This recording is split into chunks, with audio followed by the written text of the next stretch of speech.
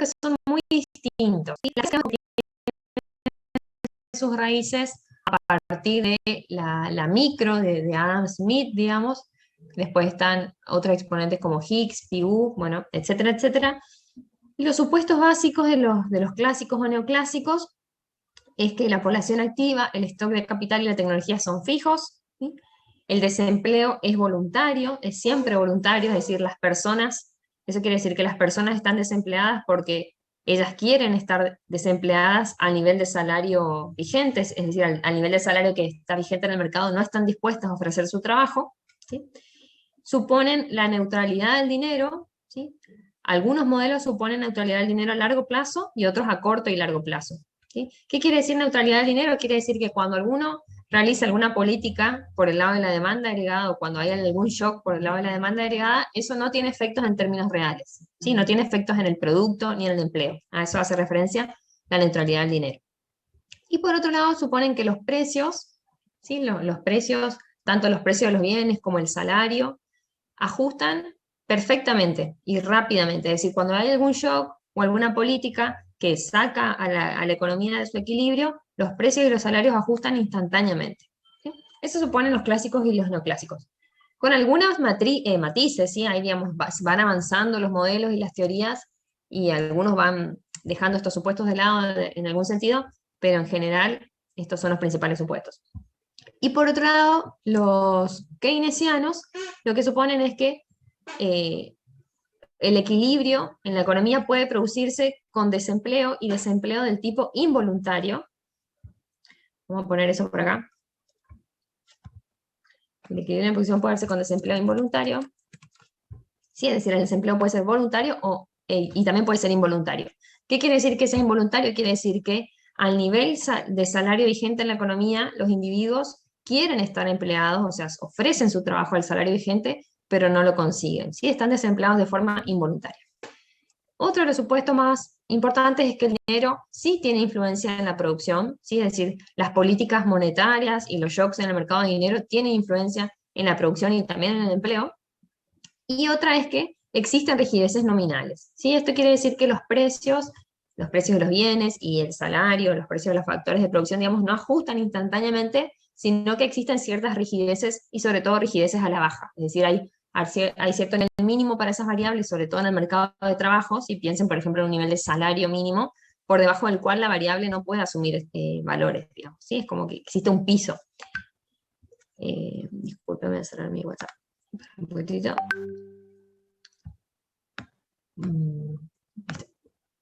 Bueno, esas son las diferencias básicas, ¿sí? Estos modelos, como yo les decía, digamos, acá los planteamos como dos grandes escuelas, pero dentro de cada escuela se fue evolucionando muchísimo en las teorías y en los modelos, y también hubieron como cruces entre las teorías, ¿sí? La síntesis neoclásica, por ejemplo, toma aportes de la teoría keynesiana y la teoría clásica y construye a partir de ahí modelos, ¿sí? Esto es como una gran desagregación nomás que les estoy mostrando. Bueno, esperen un poquito que se me trabó la cámara. Ahí está. Bueno, y entonces veamos algunas cuestiones básicas, digamos, de la teoría clásica, de los modelos clásicos, ¿sí? Respecto al mercado de bienes, primero, la teoría clásica supone que no es posible que haya superproducción, ¿sí? Es decir, que la oferta supere a la demanda, digamos. ¿Por qué? Porque los clásicos suponen que la oferta agregada, fíjense que tenemos en este gráfico primero, ¿no? Tenemos precios y cantidad en las variables, ¿sí? O acá producto o producción, mejor dicho, debería decir producción, ¿sí? Entonces suponen que la curva de oferta agregada que nos representa todos los bienes y servicios que se ofrecen en esta economía es perfectamente inelástica, ¿sí? Es decir que este es el nivel de producción de la economía, independientemente del nivel de precios, este es el nivel de producción, ¿sí? Y dada la particularidad de esta curva de oferta, fíjense que se supone que la función de demanda agregada, la demanda agregada tiene pendiente negativa, por lo tanto, no es posible que hayan desequilibrios, digamos, según este modelo, porque esos desequilibrios se ajustarían de forma automática por variaciones de los precios. ¿Sí? Esto ha dado los supuestos que dijimos antes. ¿Cómo entendemos esto? Fíjense, por ejemplo, acá tenemos, este precio es el equilibrio, ¿no? Porque me iguala la oferta agregada y la demanda agregada. Ahora, ¿qué pasaría si tendríamos precios por encima del equilibrio, supongamos un nivel de precios por acá, ahí tendríamos que justamente habría superproducción, digamos, habría un exceso de oferta agregada, porque la demanda sería esta, ¿no? Y la oferta sería esta. Entonces, ¿qué sucedería según los clásicos? El nivel de precios de esta economía ajustaría instantáneamente, es decir, tendría que bajar de forma tal que la demanda agregada aumentaría y se volvería a un equilibrio. Y esa vuelta al equilibrio sería instantánea, inmediata. Y lo mismo si uno está por debajo del nivel de precios de equilibrio, fíjense, un nivel de precios como este, donde tenemos un exceso de demanda agregada, la demanda es esta y la oferta es esta, ¿sí? Entonces ese exceso de demanda agregada rápidamente se eliminaría vía un aumento del nivel de precios, en este caso, que reduciría la demanda y volvería al equilibrio oferta agregada-demanda agregada. Sí, eso respecto al mercado de bienes. Entonces, en definitiva, lo que están pensando es que esta curva de oferta agregada es perfectamente inelástica, ¿sí? Siempre está a nivel de producto del pleno empleo, digamos, la oferta agregada, ¿sí? Y la demanda agregada tiene pendiente negativa, después en los modelos vamos a ir viendo por qué es así, pero entonces, en definitiva, siempre la economía está en equilibrio, ¿sí? Porque si hay algún desequilibrio, se ajusta rápidamente vía precios, por lo que la economía siempre está en equilibrio. Eso respecto al mercado de bienes. Respecto al mercado de trabajo, ¿sí? Como ya habíamos dicho, el salario, que es un precio, digamos, el precio del trabajo, los clásicos lo suponen perfectamente flexible, ¿sí? Entonces el salario, y el salario real, que es el salario nominal sobre el nivel de precios, también es perfectamente flexible, porque los precios son flexibles y el salario es flexible, ¿no? Entonces, el mercado de trabajo, fíjense, ellos lo analizan de esta forma. Estas curvas nos representan, por un lado, esta dependiente positiva representa la oferta de trabajo en función del salario real. Y esta es la demanda de trabajo en función del salario real. Entonces, ellos suponen que la oferta de trabajo tiene una relación positiva con el salario real, es decir, cuanto mayor sea el salario real, mayor va a ser la oferta de trabajo, ¿sí? Lo que es intuitivo, digamos. Y la demanda de trabajo, ¿sí? Va a tener una relación inversa con el salario real, por eso está pendiente negativa, ¿sí? Entonces, cuanto mayor sea el salario real, menor va a ser la demanda de trabajo. En este eje, fíjense que tenemos salario real y en este tenemos el nivel de empleo. Y bueno, ¿cómo se produce el equilibrio en este mercado? También cuando se cruzan la oferta y la demanda del mercado de trabajo, es decir que en este punto se produce el equilibrio, ese equilibrio determina el nivel de salario de equilibrio y el nivel de empleo de equilibrio, ¿sí? Y acá de nuevo, como ellos suponen que los salarios y los precios ajustan rápidamente, si por alguna razón el salario estuviera por encima del equilibrio, fíjense que tendríamos un desequilibrio, ¿no? Tendríamos que la oferta de trabajo sería este nivel, y la demanda a este salario hipotético sería esta. ¿Sí? Tendríamos un exceso de oferta de trabajo a salarios más altos que los de equilibrio. Entonces, eso supone que rápidamente la economía ajustaría vía una reducción del salario real, que haría que la oferta de trabajo caiga, la demanda de trabajo aumente y se volvería el equilibrio.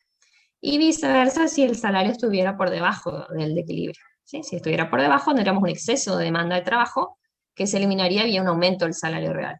¿Sí? Ese aumento haría que aumente la oferta y se reduzca la demanda de forma tal de volver al equilibrio. ¿Sí? Entonces, en definitiva, fíjense que tanto en el mercado de bienes como en el mercado de trabajo, lo que están suponiendo es que la economía siempre está en equilibrio y si por alguna razón, por algún shock o lo que sea, se sale de ese equilibrio, los precios ajustan de forma tal que inmediatamente se retornan. Y respecto al mercado de dinero, lo podemos resumir de esta forma. Acá lo que tenemos es las curvas de ahorro, la S representa el ahorro y la I representa la inversión. Cada una expresadas en términos de la tasa de interés, que es lo que está entre paréntesis, ¿sí?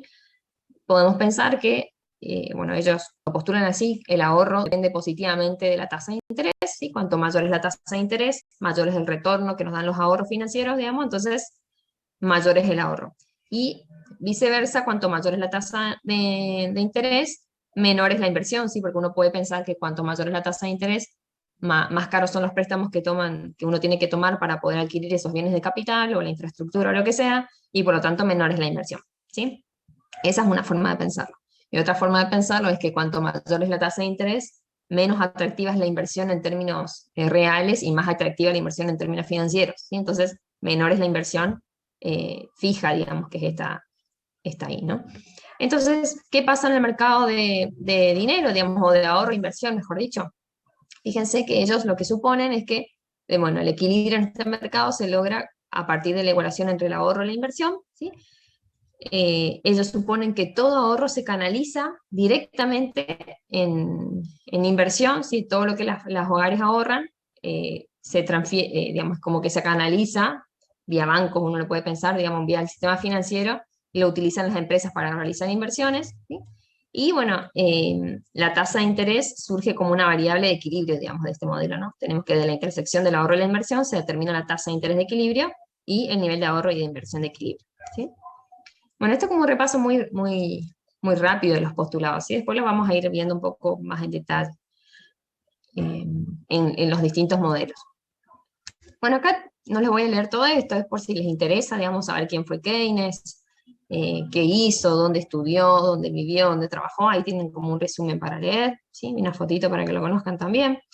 ¿Sí? Entonces, todo lo que vimos antes era de los clásicos, y ahora vamos a ver algo acerca de la teoría keynesiana. La teoría keynesiana es considerada como una teoría moderna del ingreso y del empleo, ¿sí? Y surge a partir del trabajo de Keynes, que se llama la teoría general de la ocupación, el interés y el dinero, de 1936, ¿sí? Que fue básicamente un trabajo que Keynes realizó a partir del estudio de la crisis de la década del 30. Bueno, y Keynes lo que hace es criticar alguna de los postulados, digamos, que hizo la escuela clásica previamente, ¿sí? En particular, algunas de las principales críticas están dirigidas al supuesto de perfecto ajuste de precios que decíamos antes, ¿sí? Para quienes los precios no ajustan instantáneamente, algunos de ellos, ¿no? Es decir, pueden existir mercados donde hay ciertas imperfecciones, como uno puede pensar en el mercado de bienes, mercados imperfectos, ¿sí? Oligopolios, monopolios, diferentes estructuras de mercado que son distintas a las de competencia perfecta, o puede existir intervención del Estado, digamos, que imponga precios mínimos o máximos, y de esa forma los precios no se ajustan instantáneamente, ¿sí? Otra de las críticas es que Keynes supone que el desempleo no es solo voluntario, ¿sí? Sino que también existe desempleo involuntario, que ya lo dije antes, y eso tiene muchas implicancias en términos de políticas económicas, ¿sí? Digamos, porque si uno, no sé si me están siguiendo, ahí tengo una pregunta, esperen un poquito. Las burbujas de bolsa serían desajuste de precios. Sí, eso, digamos, está relacionado con los retornos a la inversión, ¿sí? Es como bastante complejo para explicarlo, pero está más relacionado con la parte del mercado de dinero y el mercado de bonos, que lo vamos a ver más adelante. En todo caso, si les interesa, después podemos trabajar algo sobre las burbujas, ¿sí? Pero sería digamos, viene por problemas desde el lado del mercado monetario, ¿sí? Y desajuste, si se quieren, las tasas de interés, ¿sí? No en términos de precios de los bienes y servicios. ¿Sí? Bueno, buenísimo, pero está buena tu pregunta. La podemos retomar, cuando veamos mercado monetario la podemos retomar. ¿Sí? Eh,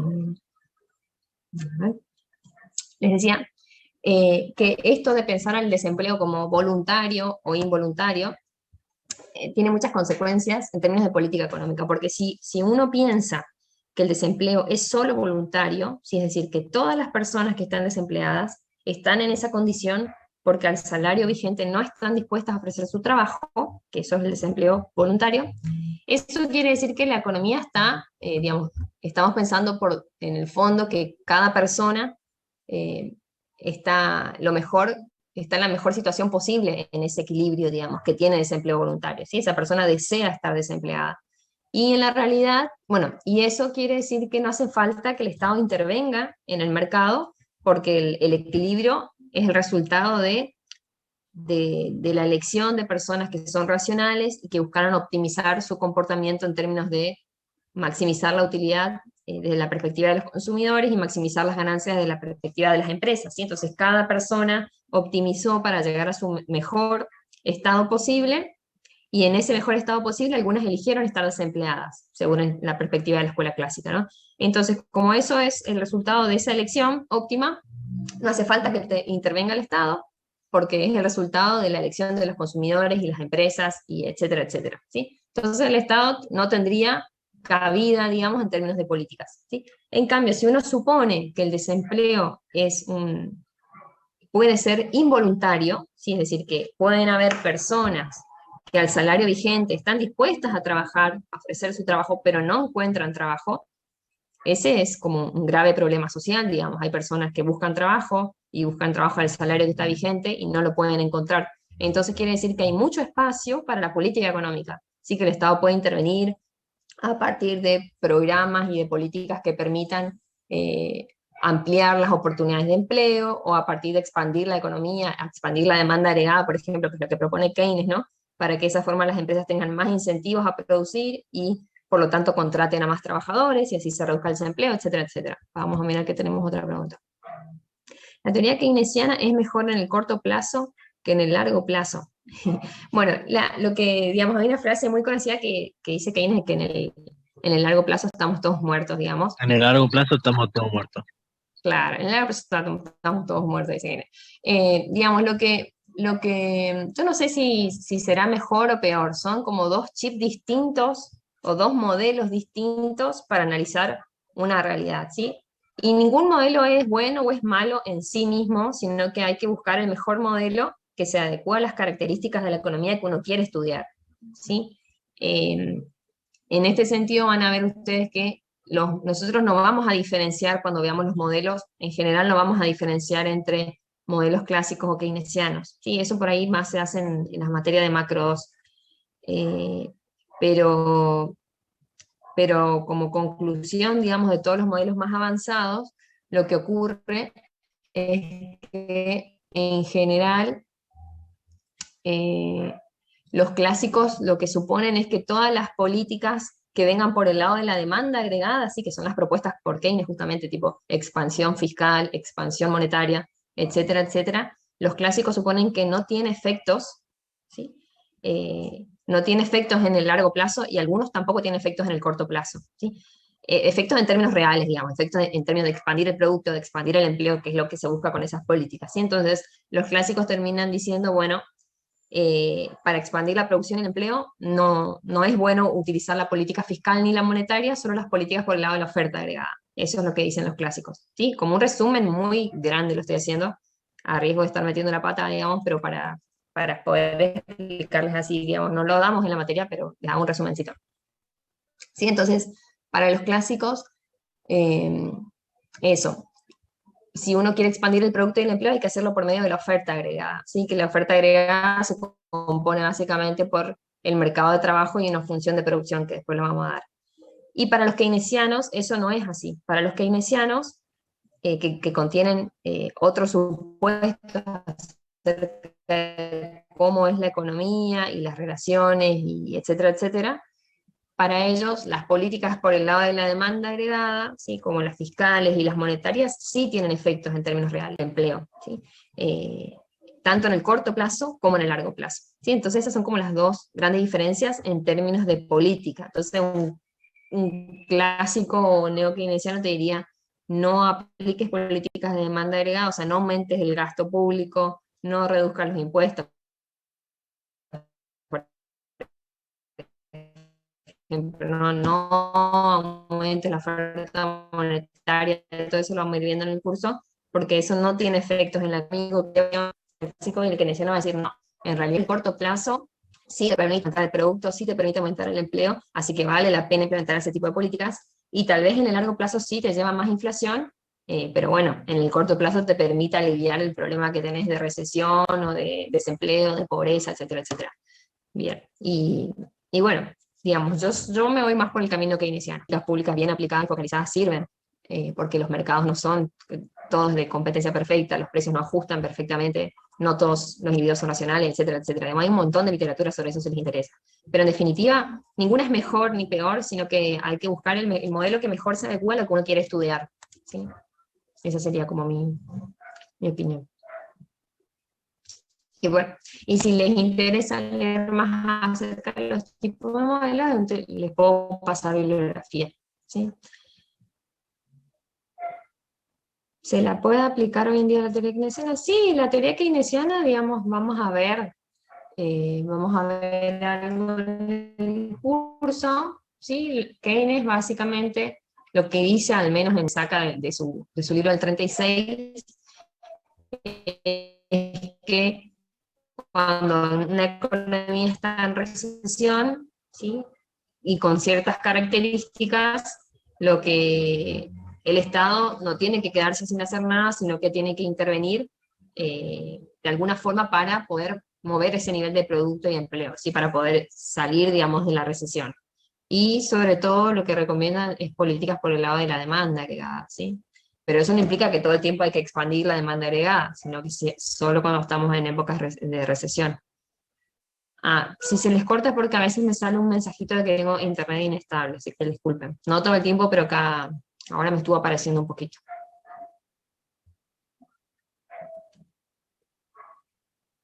¿Me escuchan bien?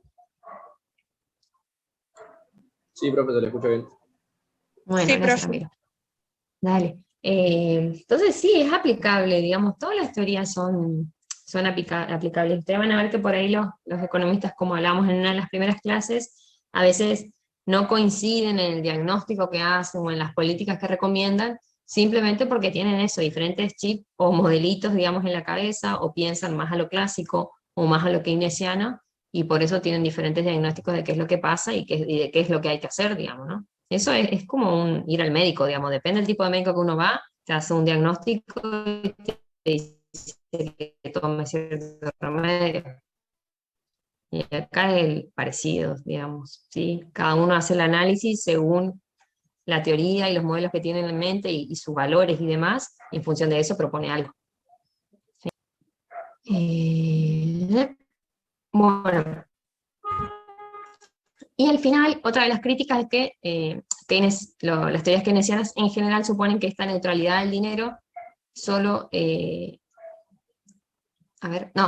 critican la neutralidad del dinero en el corto plazo. ¿Sí? Es decir, que para los keynesianos en el corto plazo, la política monetaria o los shocks en el mercado monetario tienen efectos en el producto, en el empleo, en términos reales. ¿Sí? Así que esas son algunas de las principales críticas, no son todas. La teoría keynesiana, sí, ya no vamos, si no trae más inflación, digamos, si vos lo pensás en términos de, digamos, si tenemos en mente un gráfico con una curva de oferta agregada y una curva de demanda agregada, ¿sí? Y que en la variable del eje, en un eje tenemos el precio y en el otro el ingreso, ¿sí? O la producción. Entonces vos pensás una curva de demanda agregada con pendiente negativa y una oferta agregada así. Y vos vas expandiendo la demanda agregada a través de la política fiscal o monetaria, la vas llevando hacia arriba. ¿Sí? Si vos la llevas indefinidamente hacia arriba, ¿sí? Y superás el nivel de producto de pleno empleo, por ejemplo, que ahora lo vamos a ver, vas a generar inflación. ¿Sí? Pero Keynes no dice reventar la billetera del Estado todos los días, digamos. No, dice aplicar políticas expansivas cuando estás en épocas de recesión. ¿Sí? Así que no necesariamente trae inflación. Digamos, cualquier expansión de la demanda agregada continua, por ejemplo, emisión de dinero, emisión monetaria continua, permanente, ¿sí? Todos los años te va a llevar a inflación. ¿Sí? Si vos no aumentás a su vez la capacidad productiva de la economía, digamos, la oferta agregada. Pero no necesariamente, digamos. Por ejemplo, podrías expandir la demanda agregada y también la oferta agregada, y de esa forma el nivel de precio se mantendría. ¿Sí? Así que depende cómo se aplique. Pero sí, la expansión de la demanda agregada es una de las causas de la inflación, que después la vamos a ver más adelante. Para una economía que ya está en una etapa muy inflacionaria y que tiene recesión, por ahí lo que sería más recomendable es expandir la oferta agregada, ¿sí? Es decir, generar propuestas o políticas dentro de lo que es el mercado de trabajo, ¿sí? De forma tal que las empresas contraten más trabajadores, que estos estén mejor educados, que sean más productivos, digamos, o introducir más capital en la economía, de forma tal que la producción aumente por el lado de la oferta y no por el lado de la demanda. ¿Sí? Pero esas políticas son políticas más a largo plazo, son más difíciles de implementar, son más indirectas porque hay que dar incentivos a las empresas, digamos, vos no le podés obligar a que contrate a alguien. Entonces, por eso lo más usual es las de demanda agregada, ¿no? Pero bueno, está re interesante ahí tengo internet, como que abarca un montón de temas, ya por ahora ni analizamos ni el de precio, estamos suponiendo que es constante. ¿Sí? Espera un poquito. Bueno, yo continúo entonces.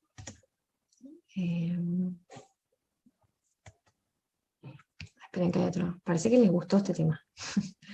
A ver. Y hoy con recesión e inflación se está aplicando la política de aumentar la oferta agregada. Y no, y hoy se hace lo que se puede, digamos.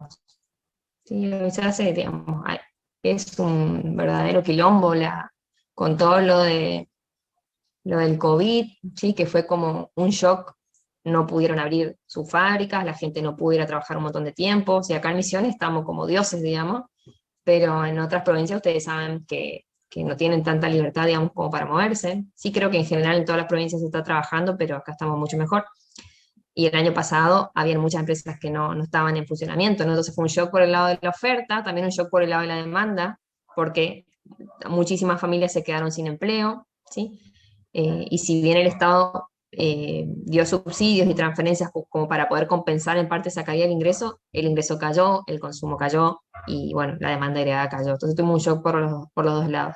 Y hoy yo no sé si se está tratando mucho de controlar la inflación, más se está tratando de que no haya tanta gente con hambre, con desempleo y fábricas cerrando, digamos. Yo creo que el objetivo, si bien, digamos, el Banco Central tiene sus objetivos inflacionarios y vamos a ver que se controla de alguna forma las variaciones del tipo de cambio y que se usa la tasa de interés como instrumento también de política monetaria para frenar un poco la inflación, yo creo que también por el tipo de gobierno en el que estamos ahora, el principal objetivo no es contener la inflación, ¿sí? Es más bien en términos de producción, en términos sociales, si bien no le está yendo nada bien en ese sentido, digamos, hay muchísimos pobres, muchísima gente desempleada, etcétera, es también por las condiciones, digamos, del coronavirus y todo eso, ¿no?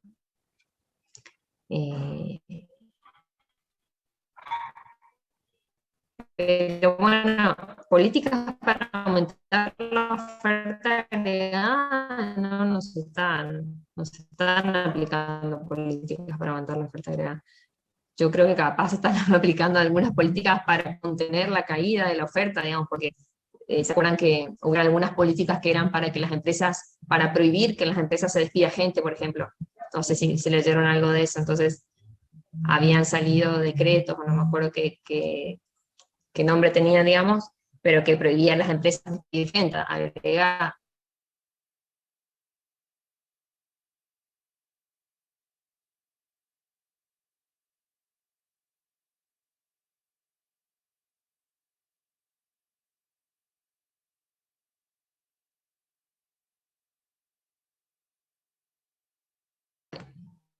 Perdón, estaba hablando sin micrófono, les decía que se me salió el Zoom solo, ¿sí? Porque está medio inestable mi internet. Pero bueno, eso, sí, no políticas para expandir la oferta, se está tratando de contener en todo caso la caída de la oferta agregada. Eso es actual, pone Shirley, no entiendo bien si es una pregunta.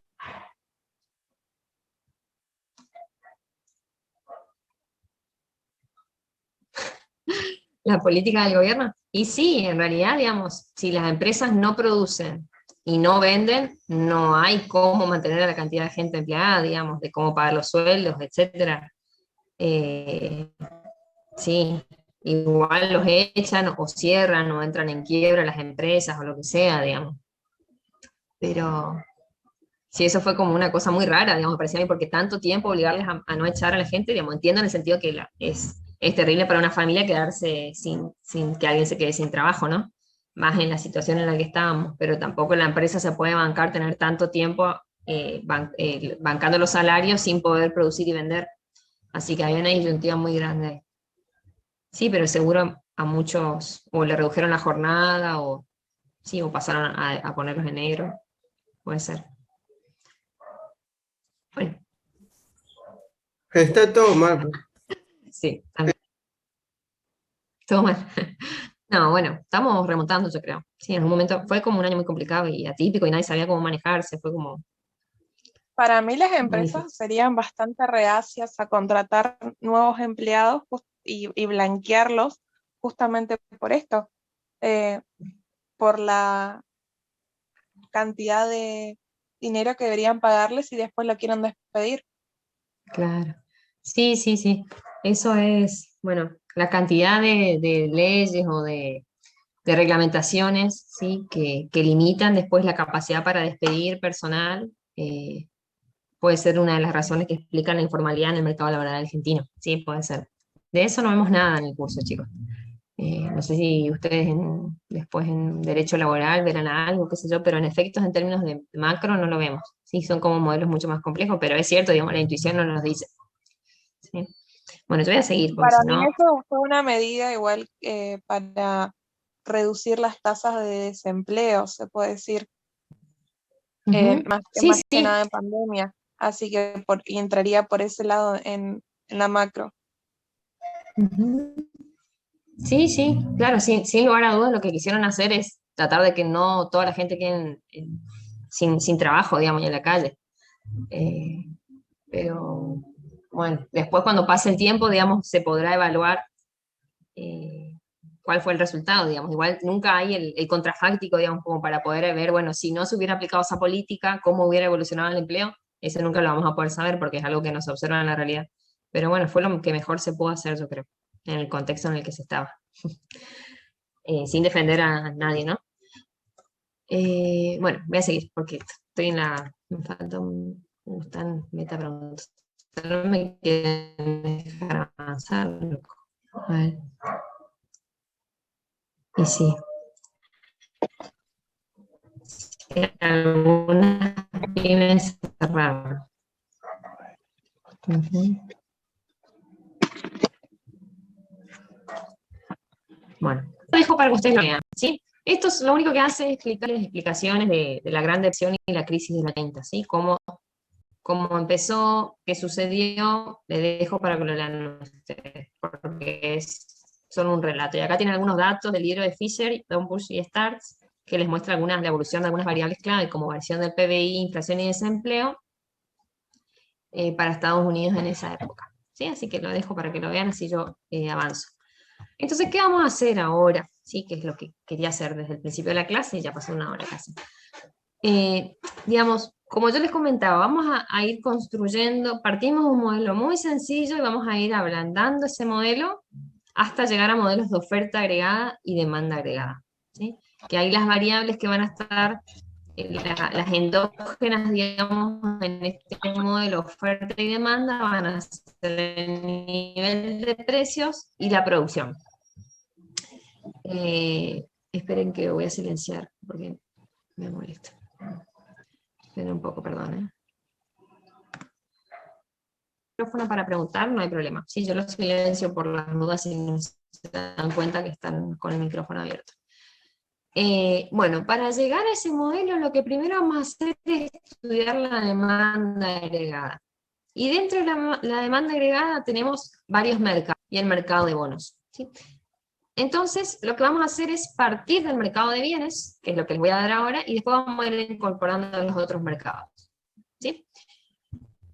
Bueno, lo que vamos a ver es que en el mercado de bienes se va a determinar, por el momento, digamos, se va a determinar el nivel de producción de la economía y la tasa de interés de equilibrio. ¿Sí? Y para estudiar este mercado vamos a suponer que los otros mercados, ¿sí? El mercado de dinero, el mercado de bonos, el mercado de trabajo, están en equilibrio. Suponemos eso, digamos, que todo el resto permanece constante para poder analizar el mercado de bienes. ¿Sí? Pero bueno, este diagrama está bueno como para que vean ya. Demanda agregada entonces está compuesta por estos tres mercados, y oferta agregada, acá también podríamos poner el mercado de bienes de capital, si se quiere.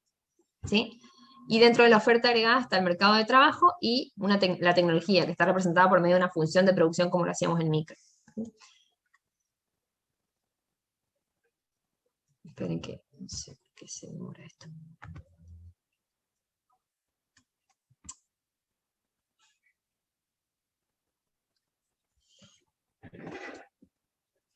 Perdón, pero no me responde la compu.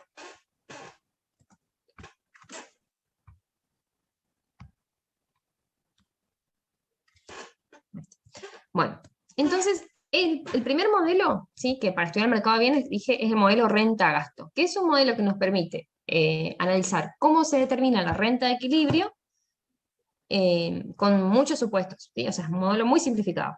Entonces, ¿qué suponemos?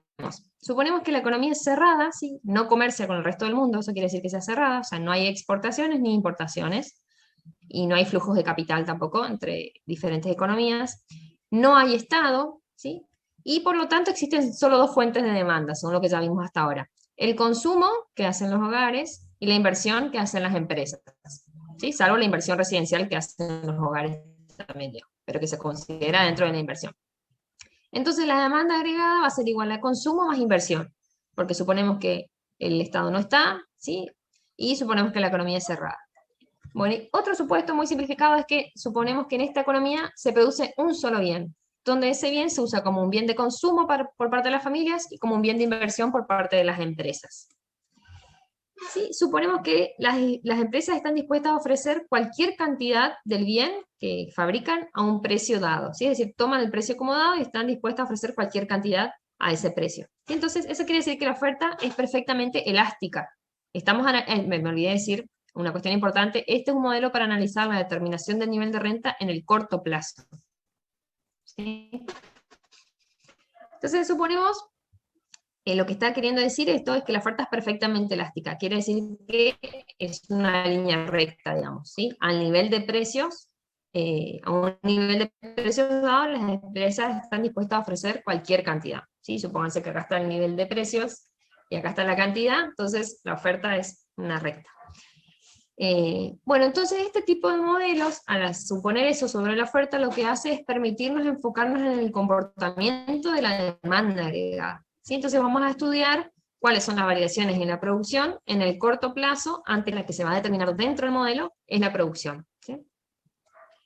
Bueno, esto no hace falta que les repase, creo, les muestro muy rápido nomás. Consumo, no me explayé mucho acá, pero simplemente les puse, para que recuerden, es el gasto que hacen los hogares, ¿sí? En bienes que buscan para satisfacer sus necesidades, ¿sí?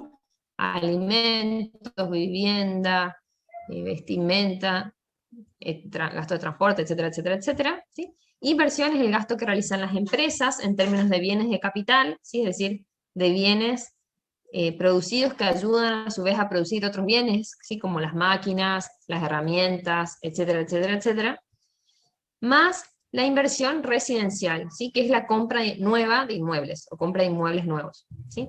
Entonces, estos dos componentes forman parte de la inversión. Fíjense que cuando hablamos de inversión dentro de lo que es demanda agregada, estamos haciendo referencia a inversión fija, lo que se llama inversión fija, no es inversión financiera.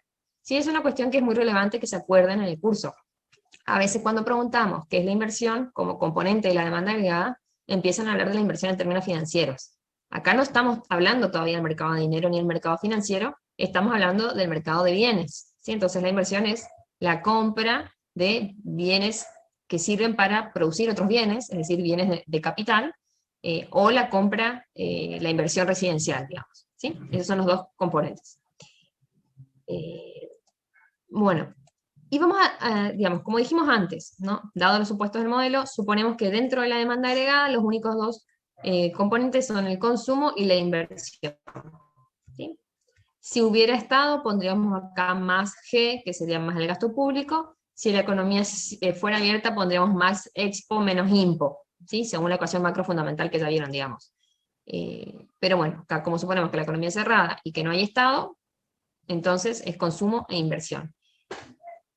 Y lo que vamos a hacer ahora es estudiar, bueno, cuáles son los determinantes para este modelo, cuáles son los determinantes del consumo y cuáles son los determinantes de la inversión.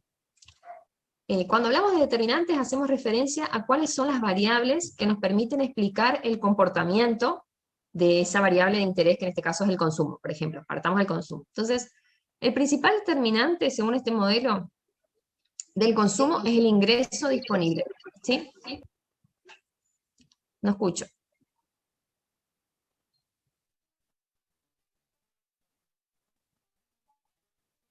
No sé si hicieron una pregunta o se les escapó algún micrófono. Pero bueno, sigo. Cualquier cosa me interrumpen, ¿sí? Les decía. Entonces, el principal determinante es el ingreso disponible. ¿Sí? Es decir, ¿qué quiere decir que es el principal determinante? Quiere decir que el consumo va a cambiar cuando cambie el ingreso disponible. ¿Sí? El ingreso disponible ayuda a explicar el comportamiento del consumo. ¿Sí? Eso es un determinante. Una variable que ayuda a explicar el comportamiento de otra. ¿Y qué es el ingreso disponible? El ingreso disponible de una persona es el ingreso que le queda después de sumarle las transferencias que le da el Estado y restarle los impuestos. ¿Sí? Es el ingreso, en otras palabras, que le queda en el bolsillo al consumidor, luego de que paga sus impuestos y de que recibe las transferencias. Entonces lo podemos sintetizar con esta ecuación. El ingreso disponible es ingreso más transferencias menos impuestos. ¿Sí? En este caso, como suponemos que el Estado no hay Estado en esta economía, entonces las transferencias y los impuestos van a ser nulos. ¿Sí? Entonces ingreso disponible e ingreso van a ser iguales para nosotros. ¿Sí? No, de nuevo se me trabó. Qué molesto, perdón, ¿eh? No sé por qué pasa esto.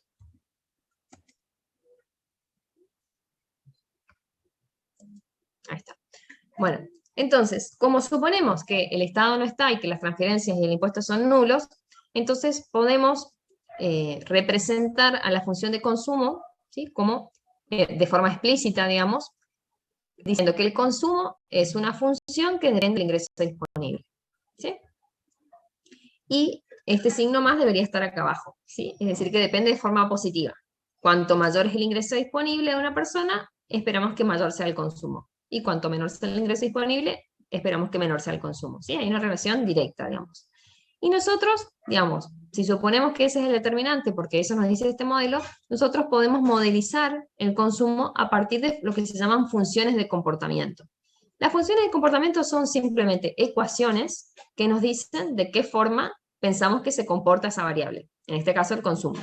¿Sí? Entonces, la ecuación de comportamiento que vamos a usar es una función lineal, como ven, como esta, que nos dice que el consumo depende de un consumo autónomo, este Cesarito es un consumo autónomo, que es positivo, que ese consumo autónomo hace referencia al nivel de consumo al que accederían los hogares a nivel agregado si los ingresos fueran nulos, ¿sí? Es decir, es cero, ¿sí?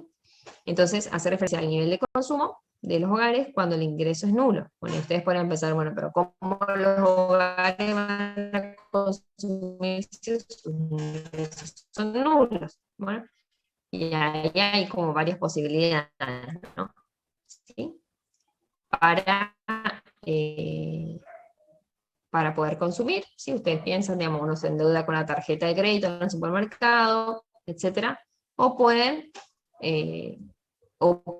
utilizar activos financieros que ya tengan, ¿sí? De desahorrar, digamos. Si tenían ahorros, los utilizan para gasto de consumo, ¿sí? O para financiar su gasto de consumo.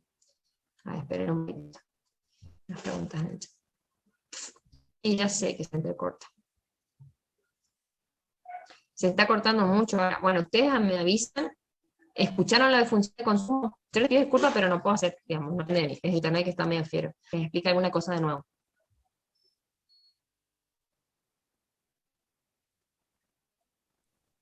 Se cortó en la parte de consumo, profe, de la ecuación.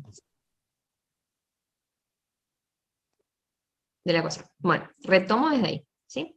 Entonces, les decía que, digamos, para cada una de las variables que vamos a usar en el modelo, o sea, fíjense, ahora tenemos un modelo muy sencillo, que nos dice que la demanda agregada se compone por consumo y por inversión. Entonces, para cada una de las variables lo que vamos a hacer es ver cuál es su función de comportamiento, ¿sí? Ahí de nuevo me dice que el internet es inestable, che. ¿Me están escuchando? Ahora se le escucha, profe, pero eso lo de función de consumo casi no se le escuchó cuando explicó. Bueno, les explico no.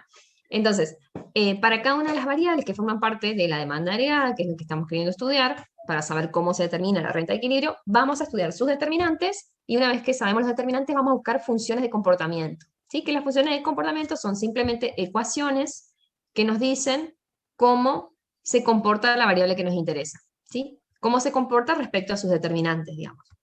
Entonces, por ejemplo, esta va a ser la ecuación de comportamiento que vamos a usar para el consumo. Fíjense que simplemente es una ecuación lineal que nos dice que el consumo agregado de la economía depende de un componente CO, que es el consumo autónomo, ¿sí? Y depende del ingreso disponible, donde el ingreso disponible está multiplicado por C. Este C es lo que se llama la propensión marginal a consumir. Y ahora les voy a explicar cada uno de estos dos, de esta variable, digamos, o variable, sí, exógena, y de este parámetro, propensión marginal a consumir. Solo quiero decirles que, de nuevo, para entender que es una función de comportamiento, fíjense que simplemente es una ecuación que nos dice cómo se comporta, cómo creemos que se comporta esta variable que nos interesa, de qué variables depende y cómo son las relaciones entre las variables que depende, que se llaman determinantes, y la variable que nos interesa, que en este caso es el consumo. Esta ecuación simple nos dice que el consumo depende de algo autónomo, que ahora vamos a interpretarlo, y depende del ingreso disponible de forma positiva, ¿sí? Cuanto mayor sea el ingreso disponible, mayor va a ser el consumo. Y la relación entre ingreso disponible y consumo se da vía propensión marginal a consumir. Vamos a interpretar ahora esto. Este CO, que es el consumo autónomo, es el nivel de consumo de los hogares si el ingreso disponible fuera nulo. ¿sí? Fíjense, la ecuación lineal, ustedes la saben interpretar, C es igual a CO cuando ID es 0. ¿Sí? Si hago ID 0, me queda que se cumple con la igualdad C igual a CO. Entonces, el consumo autónomo, ¿sí? Es simplemente el consumo de los hogares cuando no tienen ingreso disponible. Cuando el ingreso disponible vale 0. Y bueno, ustedes podrían preguntarse entonces, ¿cómo el hogar va a consumir si no tiene ingresos? ¿No? Entonces, básicamente lo podemos explicar pensando que la familia se endeuda para financiar su consumo, ¿sí? Lo que, no sé, una familia paga con tarjeta de crédito sus compras en el supermercado, por decir algo, ¿sí? O de alguna forma se endeuda para pagar el consumo. Y otra alternativa es que desahorra, ¿sí? La familia tenía ahorros y los utiliza para poder consumir, ¿sí? Entonces, a pesar de no tener ingreso en ese periodo, se endeuda o desahorra para poder tener un nivel de consumo mínimo, si se quiere, ¿sí? Y fíjense que este consumo autónomo siempre vamos a suponer que es positivo. Y la otra letrita C chiquitita, que es la propensión marginal a consumir, va a adoptar valores entre 0 y 1. Vamos a interpretar ahora la propensión marginal a consumir. Fíjense que la propensión marginal a consumir, matemáticamente es, ¿cómo la obtenemos? Es la derivada de la función de consumo con respecto al ingreso disponible. ¿Sí? Si ustedes derivan, como la función lineal es muy fácil, si ustedes hacen la derivada del ingreso, acá pifié, esperen un poquito, acá escribí mal. Perdón, les voy a arreglar ya para que no se confundan.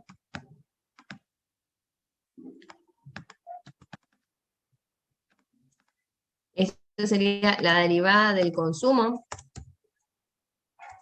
respecto al ingreso. ¿Sí? Es decir, si ustedes derivan la función de comportamiento del consumo respecto al ingreso, ¿sí? Si hacen esa derivada va a ser igual a C. ¿Sí? Entonces, ¿qué quiere decir? La propensión marginal a consumir, lo que nos muestra es cómo varía el consumo ante cambios marginales en el ingreso. ¿Sí? Nos habla de la relación entre cambios de consumo y cambios en el ingreso. Y como es la derivada, digamos, para interpretarlo bien deberíamos decir que es el cambio en el consumo ante cambios marginales en el ingreso, es decir, cambios chiquititos. ¿Sí? Entonces, ¿qué nos dice este signo que está antes de la C, que es la propensión marginal a consumir? Nos dice que si el ingreso aumenta, ¿sí? Supónganse que la propensión marginal a consumir es 0,5. ¿Sí? Entonces, ¿cómo interpretar ingreso? ¿Sí? El consumo va a aumentar en 0,5. Eso nos dice.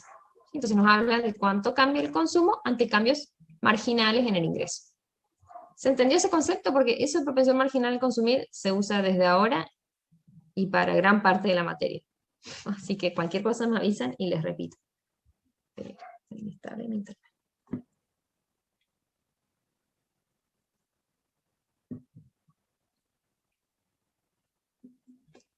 Bueno, creo que se entendió.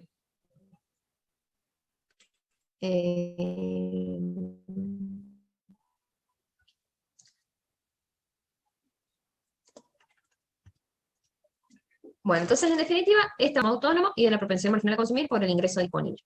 ¿Sí?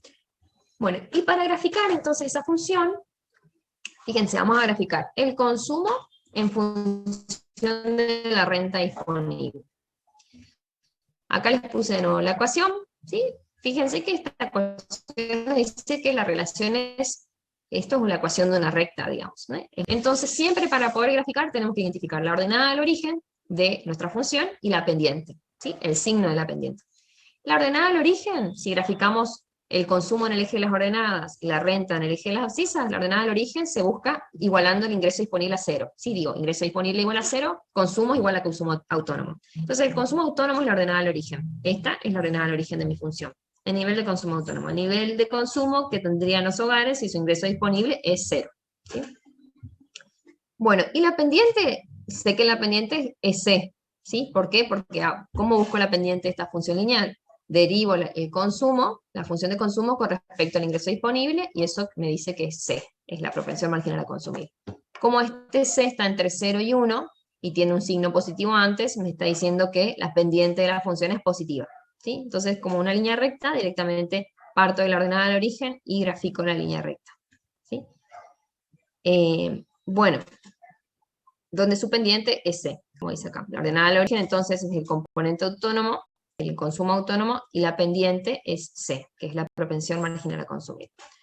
Bueno, y acá, digamos, si nosotros graficamos una recta de 45 grados, que es esta línea punteada que está acá, fíjense que esta recta de 45 grados nos muestra que las variables que están en el eje son iguales a lo largo de toda esta recta, ¿sí? O sea, nivel de consumo y nivel de renta disponible son iguales para acá,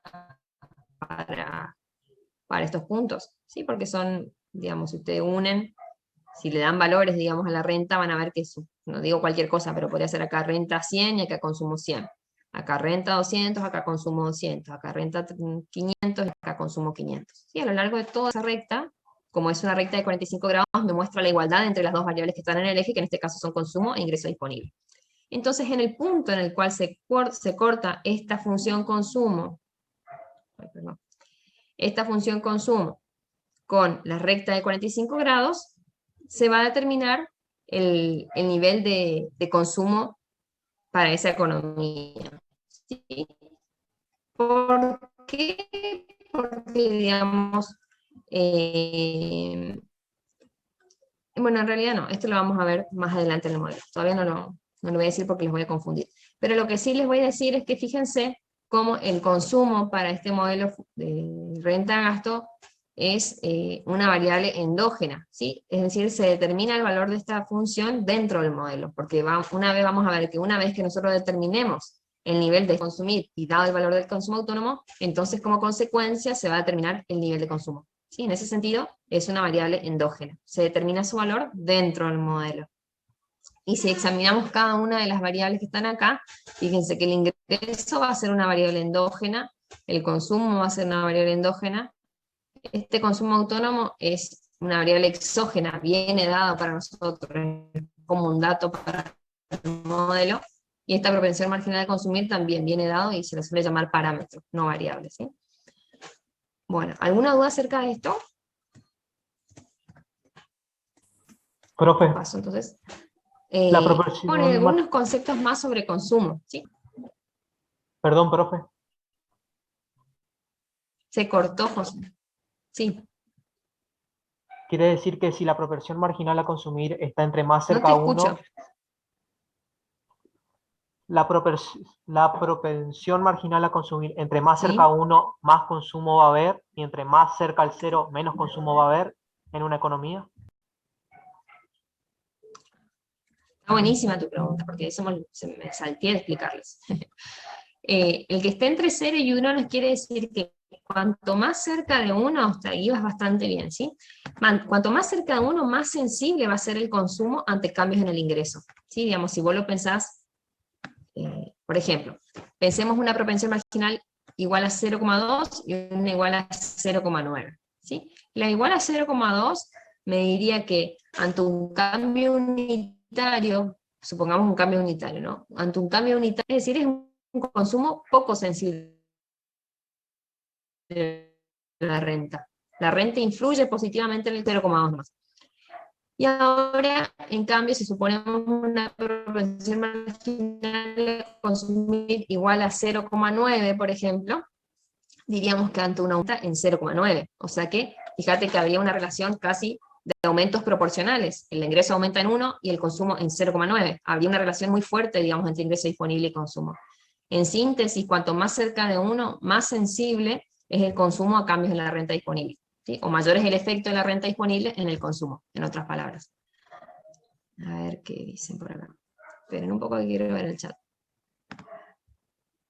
Oh, ¿no me escucharon nada de la explicación de la propensión marginal a consumir? Sí, se escuchó, profe. ¿Te escuchó? ¿Seguro? Pero Sí, profe, podemos... escuchó. Sí, está, perfecto.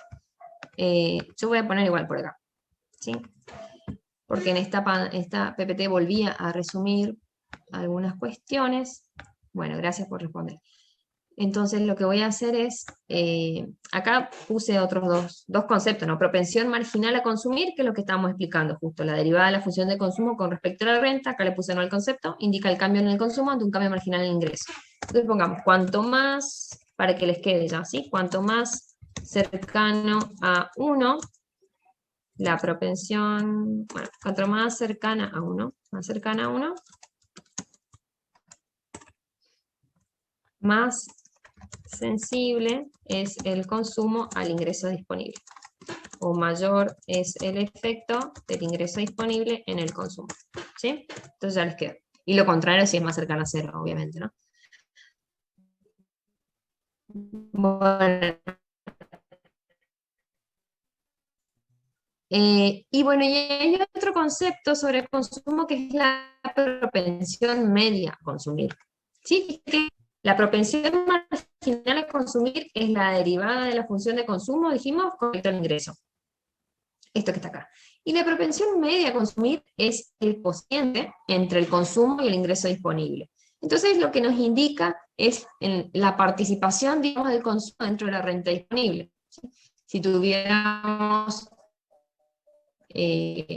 no sé, si la propensión media a consumir fuera igual a 0,5, por ejemplo, quiere decir que el consumo representa el 0,5, expresado en términos de porcentaje, podemos decir, representa del ingreso disponible, ¿sí? En términos de, si lo multiplico por 100 y lo interpreto en términos de porcentaje. Entonces, los hogares gastan gran parte de sus ingresos en consumo, ¿sí? Digamos, considerando para diferentes familias un mismo nivel de consumo y diferentes niveles de ingreso. Aquellos que tengan ingresos más chiquititos, ¿sí? Va a hacer que todo el cociente sea más elevado, o sea, la propensión media de consumir va a ser más grande, lo que me va a estar indicando que el consumo representa una parte importante, digamos, de su ingreso disponible, o las familias gastan gran parte de su ingreso en consumo. Y dado un nivel de consumo, si los ingresos tienden a ser altos, este cociente va a ser chico, lo que me va a estar indicando que los hogares gastan una proporción relativamente chica de sus ingresos en el consumo. ¿Sí? Esto lo pueden verificar bajos, tal vez gastan más en términos de consumo, digamos,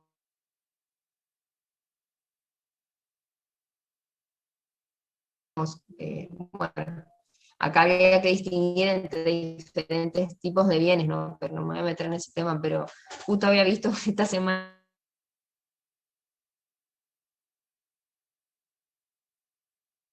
para darles otro ejemplo, ¿no? Que para familias que son de más base, el ingreso, mayor es la participación del gasto en consumo respecto al ingreso, porque la familia va a destinar gran parte de su ingreso a poder consumir, ¿no? Y cuanto más elevado es el ingreso, la participación del gasto en consumo en el ingreso total va a caer, porque la familia va a empezar a destinar ese ingreso a gastos en otro tipo de bienes, como puede ser vestimenta, educación, vivienda, etc. Se corta mucho. Bueno, lo que vamos a hacer es tomarnos 5 minutos. La propensión media se cortó. Bueno, explico la propensión media y vamos a tomarnos 5 minutos y yo tomo un poquito de agua también y vemos si se resuelve mi internet. ¿Sí? La propensión media a consumir, entonces le decía, fíjense, la definición nos dice, es el cociente entre el consumo, nuestra función de consumo y el ingreso disponible. ¿Sí? Entonces, ¿qué nos representa? Nos representa la participación del consumo en el ingreso disponible. Si fuera 0,50, nos quiere decir, interpretado en términos de porcentaje, si es 0,50 yo lo multiplico por 100, lo interpreto en términos de porcentaje, me quiere decir que el consumo representa, por ejemplo, un 50% del ingreso disponible. Si fuera 0,20, me diría que el consumo representa un 20% del ingreso disponible. Y esto que les explicaba después, de lo que está acá en la filmina, es que si uno considera un nivel de consumo fijo, supongamos mismo nivel de consumo, no sé, 500, digo cualquier cosa, y si yo considero distintos niveles de ingreso, ¿sí? Cuanto más bajo sea el ingreso, dado el mismo nivel de consumo, la propensión media, y esto sigue siendo igual, la propensión media de consumir va a ser más alta. ¿Y eso qué me está indicando? Que los hogares gastan gran parte de sus ingresos en consumo. Tengo internet inestable, ¿no? Así que no sé si me están escuchando. Y estaré explicando el Pepe. Pero en definitiva estaba leyendo esta parte de la PPT, ¿sí? Y diciendo, como ejemplo para que les quede un poco más claro que, a ver, para que vean el chat. No, profe. No, profe, se corta. Bueno, listo, nos vamos a tomar 5 minutos. Y ahí vemos si mejora. Yo, ¿saben qué voy a hacer? Voy a desconectar mi modem y me vuelvo a conectar. Así por ahí vemos si mejora la cosa. ¿Vale? Entonces son las 7:15 y 7:25, pónganle, nos vemos de nuevo.